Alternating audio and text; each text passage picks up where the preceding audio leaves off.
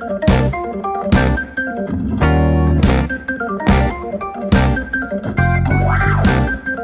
everyone, welcome to Pixelated Perfect. I am super excited. I have with me Pochi. This is Justin. Dianne. Super excited today. We are live. I'm gonna start with a pretty broad question for you. So what does being a designer mean to you? I think design is how we shape the world we live in. Design, it has various levels of impact based on what we're designing. It can be an app icon, it could be a concert poster, it could be a chair, but it also could be an emergency alert system. Right. It's like the way that you phrase it is really powerful. Yeah. Sometimes you will have many different stakeholders, many different people that have opinions, and everyone's kind of giving you feedback at different times, and then you'll make a change and someone's like, oh, that's not what I wanted to change.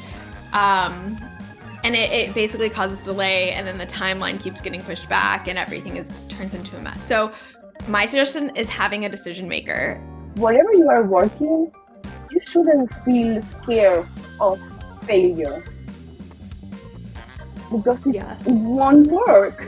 You feel like that you are not really, good to be to land this new job in a new country. So it really takes time to, of course, adjust to a new culture and language and stuff. But I think that your previous background is definitely valuable, even though it was with another industry or country or different language. It doesn't really matter. You still had those experience, and you still have that skill set. Right now we have so many networking resources like LinkedIn.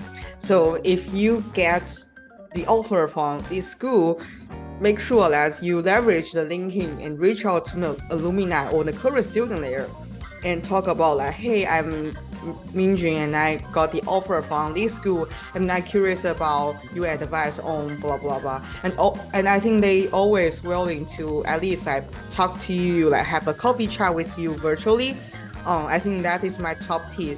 I think a differentiator from a designer that's starting out and growing in their career is knowing the business side of design and the company. I think what was interesting is I handed off my designs, but I actually, what's interesting is I don't miss it because I feel like I'm able to mentor and grow a team that can do it. And so I'm still providing that oversight and helping people, which is exactly what you do, what is mentoring. So you still get to provide that value without being in the day-to-day. It takes time, and that's the thing that I am a really anxious person. So that's a really hard thing to understand.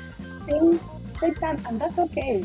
I had a story in mind that I wanted to tell. I knew my story, but the telling of the story so that it really resonated with my audience, and my goal was really to make sure that I was telling a story that people would get value out of, that they could resonate with, that they could learn something or take a tip or feel inspired. Another thing we actually changed in the past 10 years of academia in design was to move towards a more user-centered design. Also a tool for thinking, because when you draw, you're having a conversation with the thing you are drawing.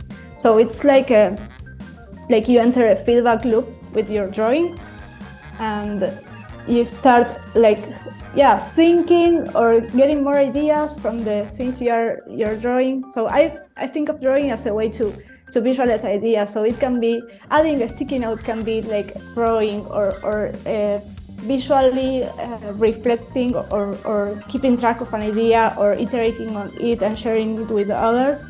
That's how I think drawing. That's why I think everyone can draw. Drawing comes in many ways. I like to think of it in a very poetic way. For instance, dancing to me is like drawing in the space. It's like how I understand a drawing in space. But besides the poetic side, I think there's something very powerful in expressing our ideas visually, because it's a great way of communicating these ideas and sharing them with others. So I would send my developer friends that they can draw. I think that this is a big difference between a junior designer and a senior designer. Junior designers are learning the hard skills. They're perfecting the hard skills, right?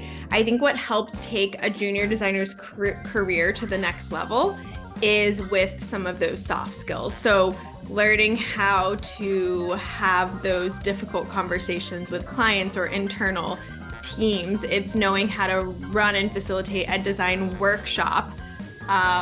It's really about having that extra skill set, that extra layer of business sense, right? Knowing how to have these conversations with people. So, know yourself. That's why the communication is so important. The rest of the team should be clear with me because they have to tell me what they need from me, and then I have to figure out how to do that and understand what is the best way to do it. So if 8 o'clock I'm sharp as ever and no one is working, doesn't matter. I'm going to be working at 8 a.m. or 8 p.m. or 4 a.m. I don't know. Right. I really believe that the 9 to 6 working hours should end because it doesn't make any sense. Yeah. If you go in and you're like, I have this mission, I have this drive, this is what my goal is, this is what I want to achieve, that's really going to help you be able to say with confidence, I want to be full-time or I want to be freelance. Do you have to stick to that? No.